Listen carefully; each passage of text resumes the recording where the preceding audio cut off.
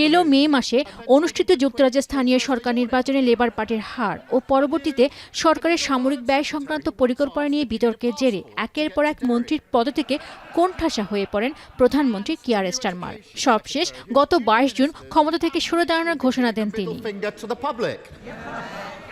ক্ষমতা থেকে সরে গেলেও পূর্ব ঘোষণা অনুযায়ী মঙ্গলবার বিদায়ী প্রধানমন্ত্রী স্টারমার প্রকাশ করেন বহুল প্রতীক্ষিত যুক্তরাজ্যের প্রতিরক্ষা বিভাগের বিনিয়োগ পরিকল্পনা। বলেন, ভবিষ্যতে যুদ্ধের জন্য প্রস্তুত থাকতে ব্রিটিশ সামরিক বাহিনীর আধুনিকীকরণে অতিরিক্ত 15 বিলিয়ন পাউন্ড ব্যয় করা হবে। এমনকি 2029 সালের মধ্যে যুক্তরাজ্যের প্রতিরক্ষা ব্যয় বছরে 80 বিলিয়ন পাউন্ড হবে। আর এর অর্থায়নের জন্য কিছু সড়ক ও জ্বালানি প্রকল্প বাতিল করা হবে বলেও জানান বিদায়ী প্রধানমন্ত্রী। এছাড়াও 2035 সালের মধ্যে জিডিপি 3.5% প্রতিরক্ষা ব্যয়ের অঙ্গীকার পূরণের পথে ব্রিটেনকে এগিয়ে নেওয়ার প্রতিশ্রুতি দেন তিনি। This is a massive step forward.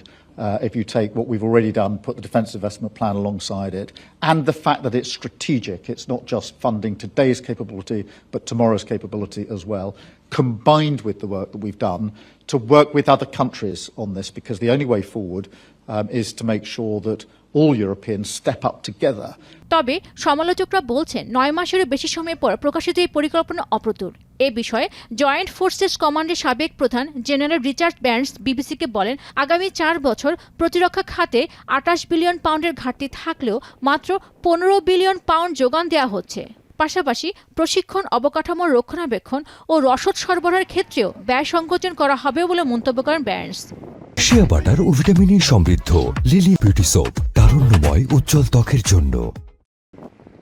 এরই মধ্যে ব্রিটেনের সম্ভাব্য পরবর্তী প্রধানমন্ত্রী অ্যান্ডি বার্নহ্যাম দেশের প্রবৃদ্ধি বাড়াতে 10 বছরের মধ্যে ব্রিটেনের রাজনীতিতে আমূল পরিবর্তন আনার অঙ্গীকার করেছেন। তবে প্রশ্ন দেখা দিয়েছে, লেবার পার্টির প্রতি আস্থা হারানো মুসলিম ভোটারদের কিভাবে জয় করবেন বার্নহ্যাম।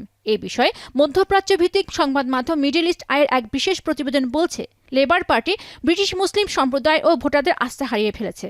গাজা ইস্যুতে কিয়ার স্টারমারের বিতর্কিত অবস্থানের বিপরীতে অ্যান্ডি বার্নহ্যামের নেতৃত্বে নতুন আস্থা তৈরি ও পুনর্নির্মাণের একটি সুযোগ এনে দিয়েছে। তবে যে আস্থা নষ্ট হয়েছে তা কেবল কাজের মাধ্যমে ফিরিয়ে আনা সম্ভব বলে মন্তব্য স্থানীয় মুসলমানদের।